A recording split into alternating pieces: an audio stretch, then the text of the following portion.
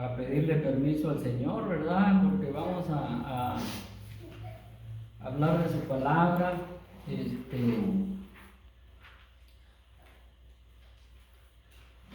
Y vamos a hacer una oración.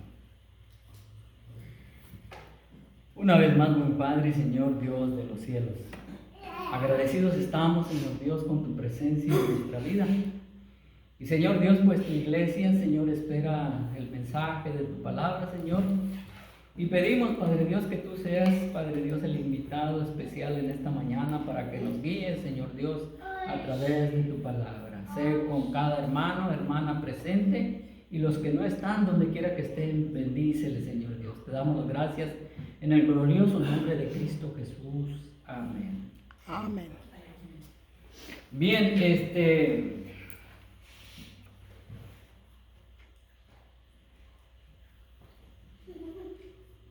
en algunas ocasiones yo hice una pregunta a varias personas, ¿por qué Jeremías, el profeta Jeremías, le nombran el profeta llorón, ¿verdad? El profeta llorón. Entonces yo preguntaba, bueno, ¿por qué le llamaban el profeta? Digo, el llorón. Y entonces leyendo aquí la historia y viendo la palabra de Dios, hermanos, es que el profeta Jeremías era hebreo y él amaba a su pueblo. Entonces cuando el Señor lo llama en una temprana edad, él recibe el mensaje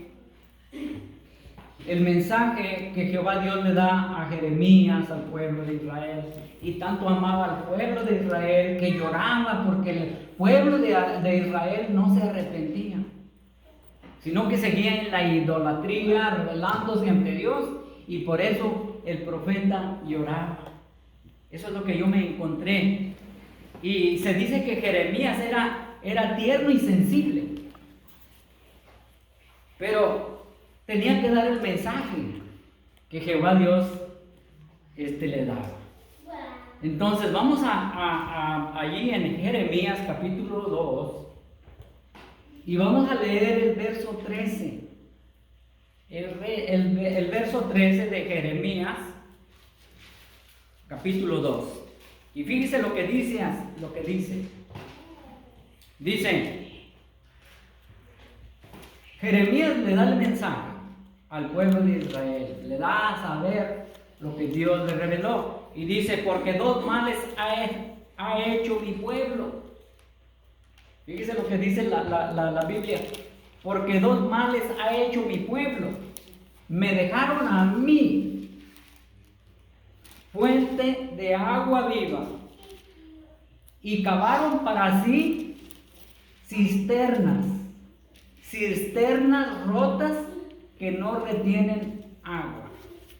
Fíjense lo que dice. Entonces yo me voy a ver acerca de esas cisternas y me encuentro que en este versículo se refiere a aquellos depósitos subterráneos que los israelitas solían cavar en sus casas con el objetivo de capturar el agua de la lluvia. Se refiere a esos depósitos, a esas cisternas. La importancia de las cisternas y los pozos eran de suma importancia para los moradores de Palestina. Dice que solían llenarse cuando el agua lluvia se deslizaba por los canales del techo y literalmente a las cisternas. Su elaboración era importante, ya que si no era bien sellada, dice que el agua se escapaba. En lo cuanto hemos leído, se escapaba. Y obviamente existe un contraste entre el agua de un pozo o de una cisterna y el agua fresca de una fuente que fluye constantemente. Hay una fuente, ¿se acuerda que cantamos el canto?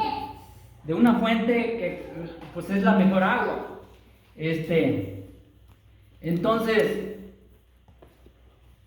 estaba yo viendo, ¿verdad?, la historia de esto, ¿verdad? Pero también el contexto de este texto es que Dios recrimina a Israel porque constantemente, porque en lugar de escogerlo a él, la fuente de vida, escogieron el pecado que los condujo a la tragedia.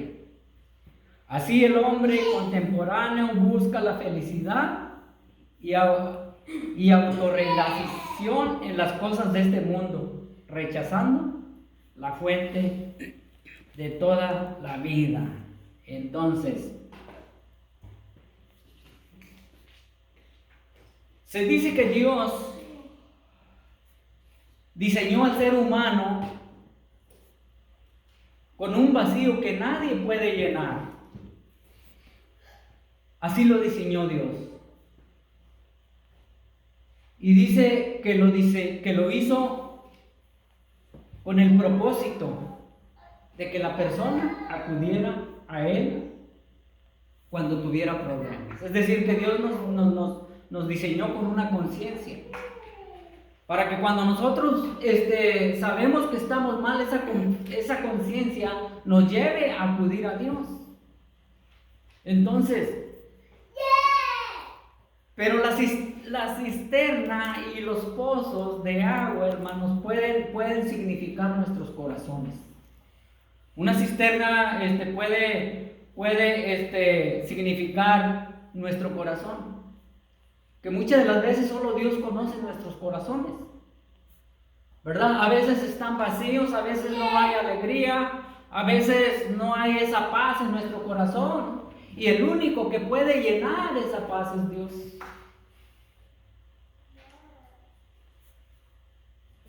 El pueblo de Israel había comenzado muy bien había comenzado, pero se había alejado de Dios. Por eso la Escritura dice, ¿verdad? Ahí en el texto que leímos, en el 2:13, dice: porque dos males ha hecho mi pueblo, y me dejaron a mí fuente de agua viva, y cavaron para sí cisternas rotas que no retienen agua. Entonces, ¿cómo está nuestra cisterna? ¿Está vacía? ¿Nos está escapando el agua? ¿Cómo está esa cisterna que simboliza nuestro corazón? Colosenses capítulo 2, verso 10 dice: y vosotros estáis completos en Él, que es la cabeza de todo principado y potestad. Y vosotros estáis completos. A veces no tenemos esa completa felicidad. A veces nos falta algo y tratamos nosotros de llenar ese vacío, de buscar, como siempre he estado pronunciando, la solución a nuestros problemas, y resulta que no encontramos nada. Yo te quiero decir, tú que estás viendo este video, que si tú andas encontrando al Señor, si tú lo andas buscando de todo corazón, lo encontrarás para que llene ese vacío. Amén. Eclesiastés capítulo 3 verso 11 dice: todo lo hizo hermoso en su tiempo, y ha puesto eternidad en el corazón de ellos, sin que alcance el hombre a entender la obra que ha hecho Dios desde el principio hasta el fin. Todo el Señor lo hizo perfecto, todo el Señor lo hizo bien, lo hizo perfecto, como dije hace un tiempo.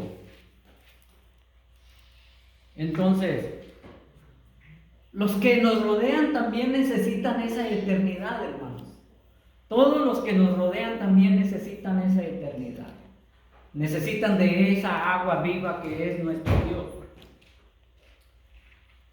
Pero, ¿qué es una cisterna? ¿Qué podría significar una cisterna? Fíjese lo que puede ser una cisterna. Lo vamos a leer en el versículo 25 de Jeremías. En el verso 5, quiero decir, capítulo 2. Dice,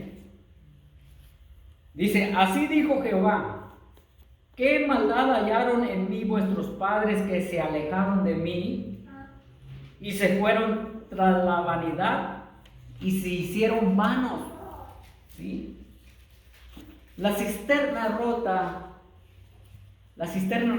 es los ídolos de nuestro corazón. El pueblo, dice la escritura, que se alejaron, dice la palabra, se alejaron de mí para seguir cosas vanas, ídolos inútiles. Cuando nosotros abandonamos a Dios, creamos un ídolo inútil. Pero por ídolo entendemos imágenes. Por ídolo entendemos imágenes. Pero déjenme decirle que también hay ídolos de carne y hueso.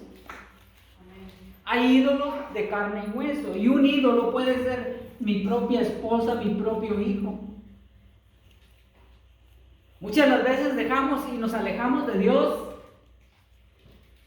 por nuestros ídolos. A veces queremos tener y complacer a nuestra esposa y a nuestro hijo y desentendemos y nos alejamos de Dios. Usted puede decir, no, yo no me he alejado de Dios. Yo siempre he estado aquí presente. Pero ¿a quién le interesa? Usted puede complacer a su hijo, a su esposa y todo, pero sin alejarse de Dios. ¿Sí? Acuérdese que dice en los evangelios, el que ama más ¿a qué?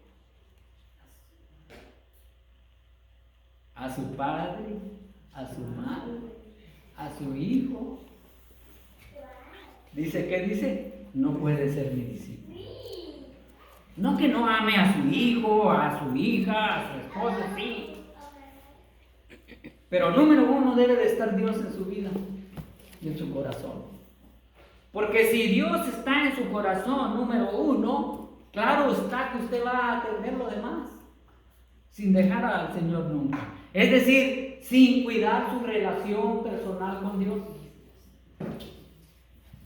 El pueblo del Señor, fíjese, nada más dejó al Dios verdadero y se volvió a dioses vanos. Pero como dije yo, ¿cuál es mi ídolo de mi corazón? Acabo de mencionar, ¿verdad?, que hay ídolos de carne y hueso.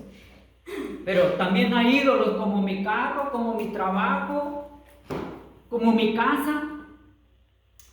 Hoy este domingo decidí no ir a la iglesia porque tengo que lavar mi carro. Eso no va a ser de un cristiano, yo creo que no. Será de una persona que no ha conocido al Señor, que no ha tenido una experiencia con Dios. Pues ahora no voy a venir a dirigir los cantos porque no me alcanza la voz. Ya ando fatigado. O no voy a predicar porque me siento enfermo. Siempre el Señor le dijo a Jeremías cuando lo llamó. Jeremías no quería obedecer a Dios porque decía que él era un niño, que era un joven. Entonces Jeremías sabía lo que le iba a esperar al dar el mensaje que Jehová Dios le decía. Asimismo, la persona que se atreve a dar el mensaje no va a ser muy, ¿cómo se dice? Muy especial. A veces la persona dice, no, pues el hermano tal vez preparó el mensaje para hacerme sentir mal. No, si aquí estamos leyendo lo que el pueblo de Israel estaba viviendo. Pero el Señor le dijo a Jeremías que obedeciera lo que él le iba a comunicar. Capítulo 1, verso 19 dice, pelearán contra ti, pero no te vencerán, porque yo estoy contigo, dice Jehová, para librarte. Eso le dijeron a Jeremías para que diera el mensaje sin ningún temor. Que claro que Jeremías sufrió por su pueblo. ¿Y sabe de qué? Que a nosotros en la actualidad no dice lo mismo el Señor. Si usted se acuerda de la escritura de Mateo capítulo 28, donde habla de la gran comisión, ahí también dijo, y yo estaré con vosotros todos los días hasta el fin del mundo. Pero como que no captamos esas palabras. ¿Por qué está diciendo eso? Id y haced discípulos a todas las naciones, y yo estaré con vosotros todos los días hasta el fin del mundo. Es decir, que vaya sin temor a testificar. Es lo que quiere decir, hermanos. Entonces, hermanos, al principio de la historia de Israel, el pueblo de Dios confiaba en el Señor con devoción profunda. Era una íntima relación que la nación se le consideraba la esposa del Señor. Comenzó muy bien, tanto así que se consideraba la esposa del Señor, porque Jeremías capítulo 13, verso 14 dice así, fíjese lo que dice: convertíos, hijos rebeldes, dice Jehová, porque yo soy vuestro esposo, dice allí. Entonces, tanto era la relación que llevaban bien, que el pueblo se consideraba, cuando confiaban con él, como la esposa del Señor. Pero ahora toda la casa de Israel había abandonado a Dios y había ido tras otros dioses. Estamos hablando de la idolatría. ¿Por qué digo esto? Porque el verso 4 y 5 dice así. Ya leí el 5, ¿verdad? Pero fíjese lo que dice: oíd palabra de Jehová, casa de Jacob, y todas las familias de la casa de Israel. Así dijo Jehová: qué maldad hallaron en mí vuestros padres, que se alejaron de mí y se fueron tras la vanidad y se hicieron vanos. Fíjese lo que dice. Los israelitas habían vuelto la espalda al Señor, aun cuando Él había permanecido fiel. Fíjese nada más. Todos los creyentes nos enfrentamos en esta situación, es decir, a la misma tentación de olvidar la bondad de Dios y de una relación íntima con Dios. Cuando nosotros nos alejamos de nuestro Dios, hermanos, es que muchas de las veces nos afanamos tanto en la vida que nos olvidamos de orar, que nos olvidamos de testificar. Fíjense nada más. Nos olvidamos de esa manera. ¿Cuántas vidas han comenzado bien en el camino del Señor? Alabando al Señor, cantando alabanzas, poniendo toda su confianza en Él, y de repente se alejan de Dios. Hay muchas personas que se han alejado de Dios porque siguen los placeres del mundo. ¿Cuántas personas cantaban alabanzas? Estoy hablando de personas que han tocado instrumentos y ahorita andan tocando en el mundo. ¿Cuántas personas se han olvidado de Dios? Fíjese lo que dice el verso 8 del capítulo 2 de Jeremías. Dice: los sacerdotes no dijeron. Dice el verso 8. Dije el 8, ¿verdad? Dice: los sacerdotes no dijeron, ¿dónde está Jehová? Y los que tenían la ley no me conocieron.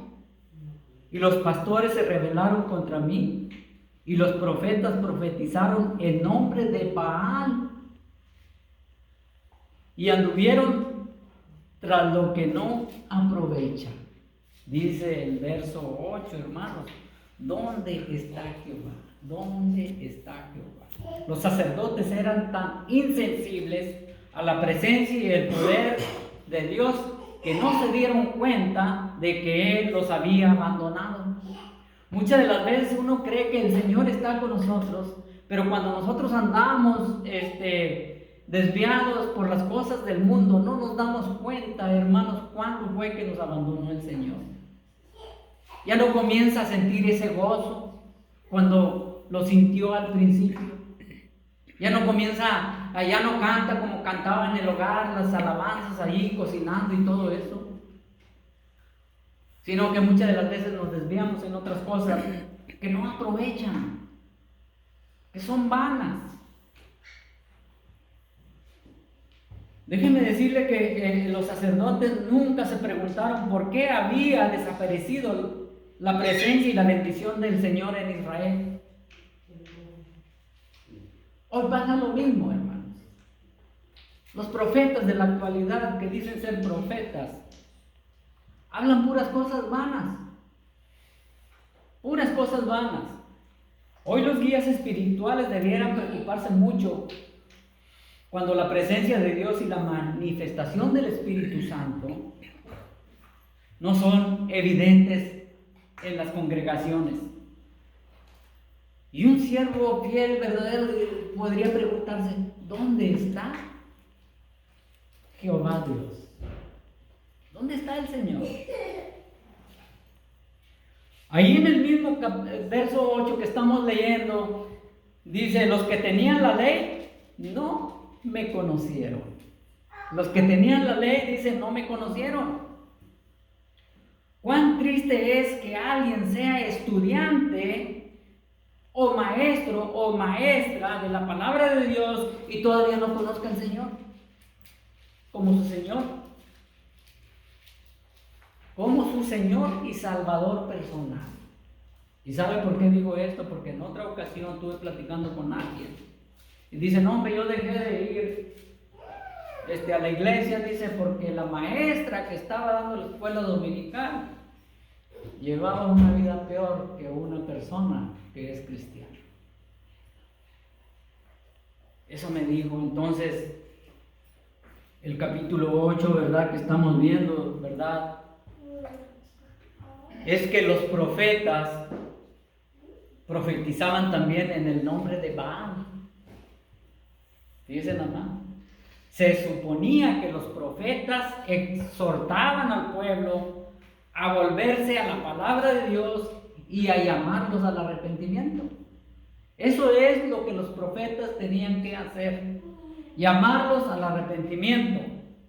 Y ahora lo que le dice el profeta es que usted va a hacer grandes ganancias y va a ser bendecido por Dios. Viene un gran negocio y este día es grande para usted. Cuando el profeta, hermanos, del Antiguo Testamento, la tarea era de llamar al pueblo de Dios al arrepentimiento.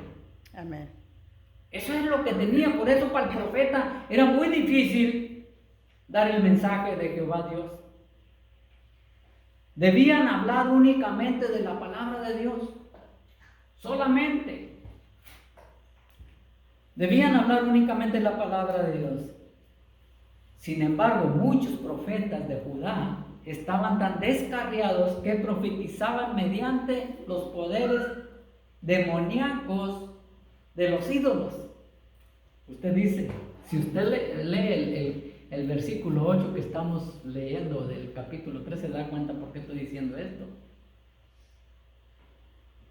Si los pastores y los líderes predican los conceptos humanísticos y no lo aplican a lo que está aquí en la palabra de Dios, ponen ejemplos de la psicología, la filosofía y la teología liberal. En vez de predicar la palabra de Dios, se vuelven tan culpables como los falsos profetas de la época de Jeremías. Déjeme decirle que si yo hablo una historia, pura historia secular, y nada de lo de la palabra de Dios, yo voy a ser culpable ante la presencia de Dios. Entonces, volviendo al texto que comenzamos, donde dice, porque dos males ha hecho mi pueblo, me dejaron a mí fuente de agua viva y cavaron para sí cisternas rotas que no retienen agua. Dos males. El pueblo de Dios, bajo el Antiguo Testamento, cometió dos pecados fundamentales. ¿Cuál fue el primero que estamos leyendo? Abandonaron al Señor, el único que podía darles una vida de veras abundante. ¿Sí? Qué triste es cuando alguien que te tiene todo, que te tiene todos los cuidados, y te abandona y te deja. Vamos a aplicarlo secularmente, nada más para entender un poquito. ¿Cuántas personas, vamos a decir hombre y mujer, marido, esposa? Muchas de las veces es al revés. El hombre se esfuerza y le tiene todo en la casa. La quiere, la ama tanto, la cuida, se sacrifica por ella. Y la mujer lo abandona sin ninguna causa. Allá en México, donde soy yo, le dicen, a esa persona le gusta la mala vida. Es triste, ¿verdad? Pues fíjese nada más que el pueblo abandonó al único que podía darle la vida eterna. Les voy a leer 17 de Jeremías, capítulo 17, verso 13, donde dice así. Dice, oh Jehová, esperanza de Israel, todos los que te dejan serán avergonzados, y los que se apartan de mí serán escritos en polvo, porque dejaron a Jehová manantial de aguas vivas. Fíjese lo que dice, hablando del mismo contexto. Entonces, segundo lugar, el pueblo de Israel, segundo lugar, es que buscaron la vida y el placer en las cosas idolátricas del mundo, cosas que no tenían valor real ni duradero. Dice que las cosas de este mundo son temporales, ¿sí? La palabra de Dios dice, ¿y qué sirve de que el hombre ganara todo el oro del mundo y perdiera su alma? Esto se va a ir un día. Al hacerlo, el pueblo de Israel perdió su propósito y destino como pueblo redimido. Porque el verso 11 dice así, ¿acaso alguna nación ha cambiado sus dioses? Aunque ellos no son dioses, sin embargo mi pueblo ha trocado su gloria por lo que no aprovecha. Fíjense nada más el error del pueblo de Israel. Entonces, la verdadera agua la vemos ahí en el estudio de la palabra de Dios. La verdadera agua de vida es Cristo Jesús. ¿Sí? La mujer samaritana leímos en la mañana. La mujer samaritana se estaba centrando en la alabanza, decía, el Señor Jesús no se dejó desviar. No se dejó desviar por nada. Sí. La mujer samaritana estaba diciendo, ¿cómo es que tú me estás ofreciendo agua si el pozo de Jacob? ¿Entiendes? No se dejó desviar por eso. Entonces, cuando uno está testificándole a una persona, bueno, dice, ¿y por qué en la iglesia que hay esto? ¿Por qué los hermanos pentecostales? Espérate, yo no estoy hablando de eso. Yo estoy hablando de Jesucristo. Yo estoy hablando que Cristo Jesús puede darte la vida eterna. Yo estoy hablando que Cristo Jesús puede cambiar tu corazón. Yo no estoy hablando de ninguna religión, les digo yo. Cristo Jesús no se dejó desviar por el punto principal. Siempre he dicho yo, no, el punto no es ganar una discusión, sino ganar una alma. Así es. La mujer samaritana dijo, no, nosotros adoramos.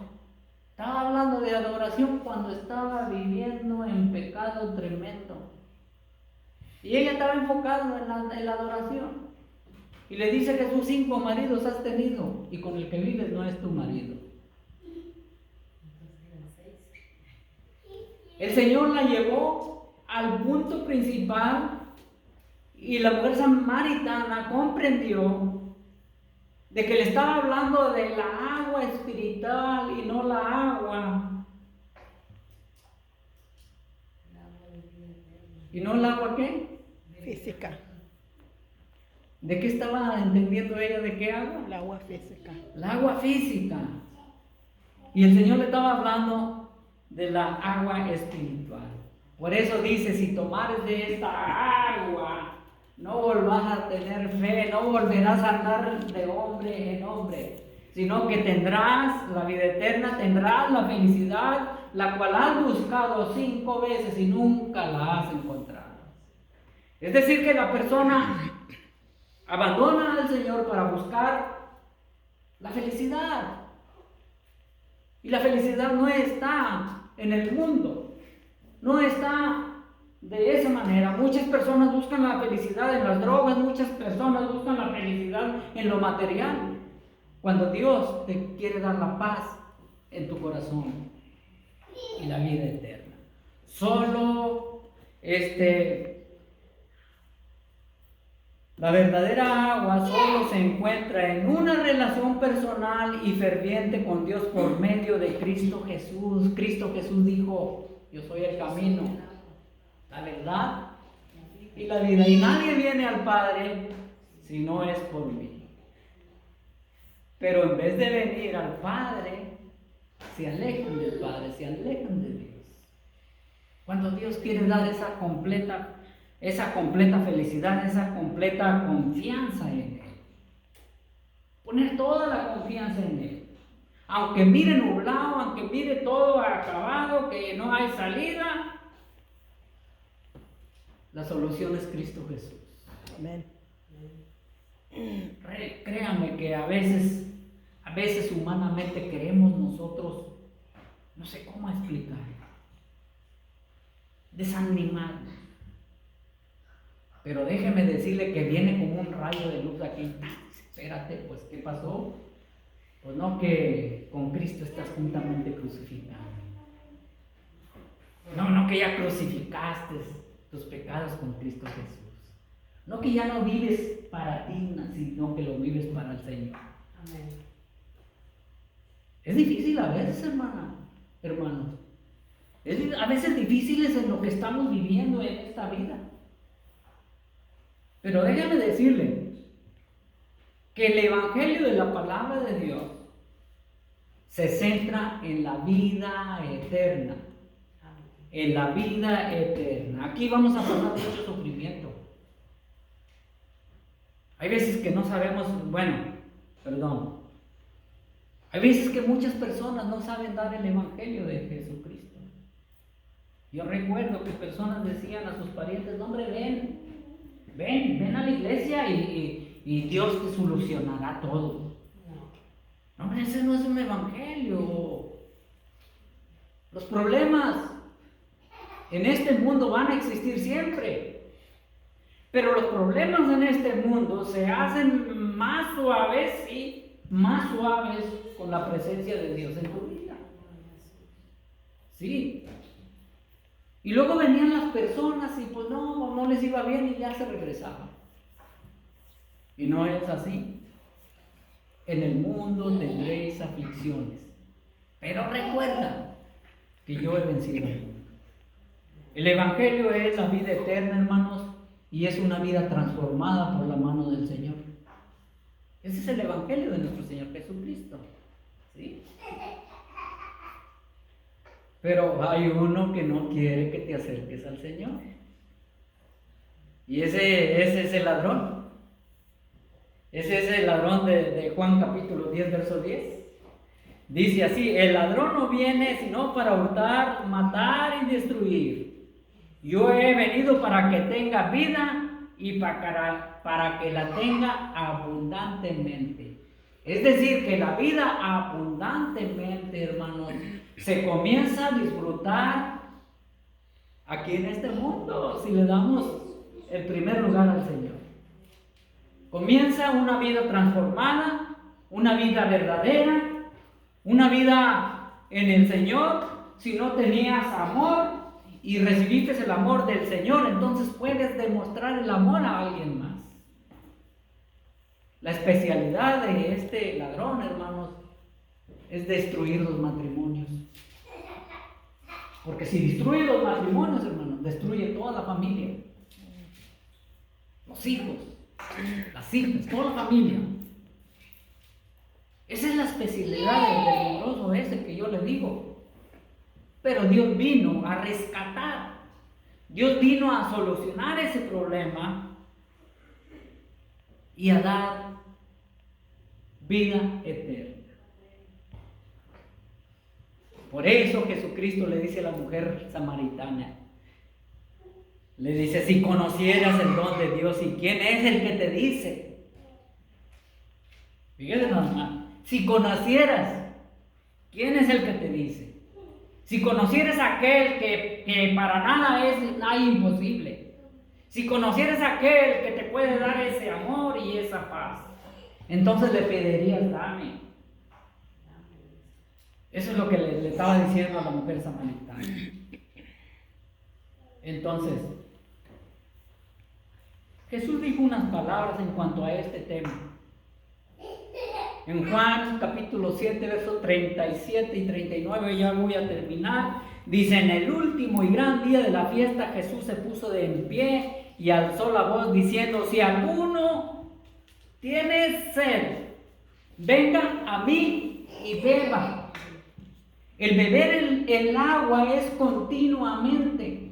El beber el agua es despojarse de todo y venir al Señor. Dice, el que cree en mí, como dice la Escritura, de su interior correrán, ¿qué?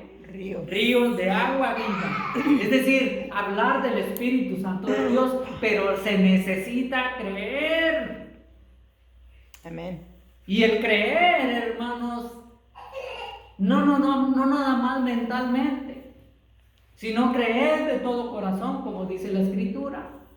Creer a Dios, creerle a Dios es obedecer a Dios. Creer a Dios es una transformación completa de la persona. Entonces dice que si la persona cree de esa manera, dice que correrán ríos de agua viva. Es decir, hablando del Espíritu Santo.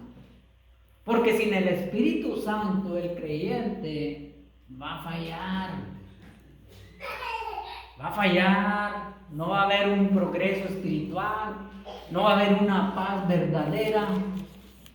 Porque si es que el Espíritu Santo está ahí, si está ahí, pero no le damos lugar al Señor, que regenere completamente nuestras vidas, que nos cambie totalmente. Nos negamos al Espíritu Santo. Y dice la palabra de Dios que cuando hacemos eso, el Espíritu ¿qué pasa? Se entristece, se pone triste. Entonces, ¿por qué dijo esas palabras Jesús? Esto dijo del Espíritu que habían de recibir los que creyesen en Él. Es decir, que no todos tienen el Espíritu Santo de Dios. El hecho de venir a la iglesia no quiere decir que yo tengo el Espíritu Santo de Dios. No. El hecho de escuchar la palabra de Dios y un mensaje no quiere decir que yo tengo el Espíritu Santo de Dios. Primero tengo que recibirlo. Primeramente tengo que recibir. Pero para recibirlo tengo que creer en Dios. En Dios. Dice, lo voy a repetir, esto dijo del Espíritu que habían de recibir los creyentes que creían en Él. Pues aún no había venido el Espíritu Santo porque Jesús no había sido glorificado. Entonces,